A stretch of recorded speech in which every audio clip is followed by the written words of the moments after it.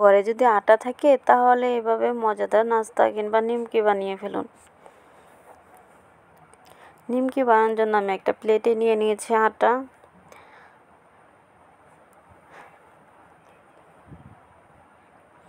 দিয়ে দিব 2 চামচ চিনি,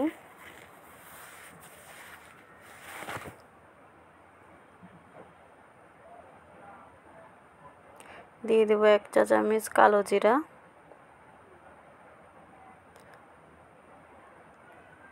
দিয়ে দিব পরিমাণ মতো লবণ,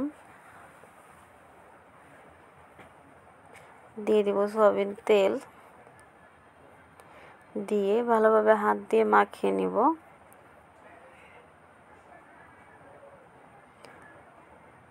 মাখানোর পরে এরকম একটা দলা পাকাবে, ওইভাবে আমি মাখিয়ে নেব। এবার অল্প অল্প করে পানি দিয়ে একটা ডো তৈরি করে নেব আমি। এভাবে বেশি শক্ত না আর বেশি নরম না।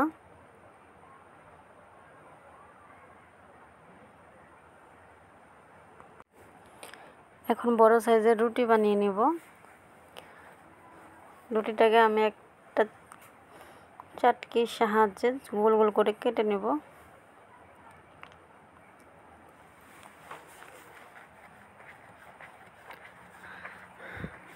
কেটে নেওয়া হয়ে গেছে। এভাবে আমি একে একে ছাড়িয়ে নিয়েছি।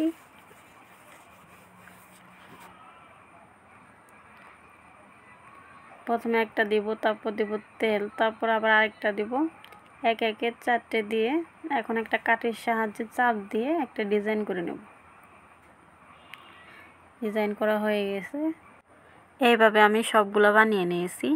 দেখেন কত সুন্দর লাগছে ডিজাইনটা।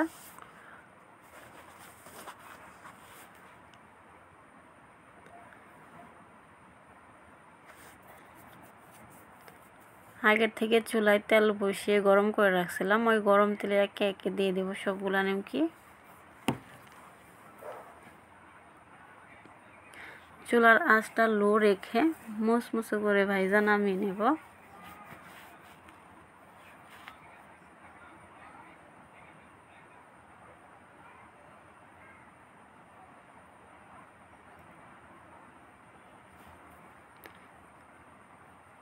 এক পাশ হয়ে গেছে, আর এক পাশ এভাবে উল্টে পাল্টে দেব।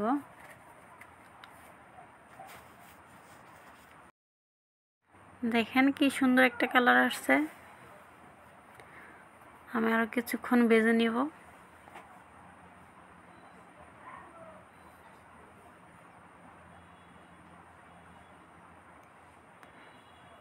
দেখে নিন, এইভাবে আমি ভেজে নামিয়ে নিয়েছি। তৈরি হয়ে গেছে আমাদের মজাদার নিমকি বানানোর রেসিপি। আসসালামু আলাইকুম।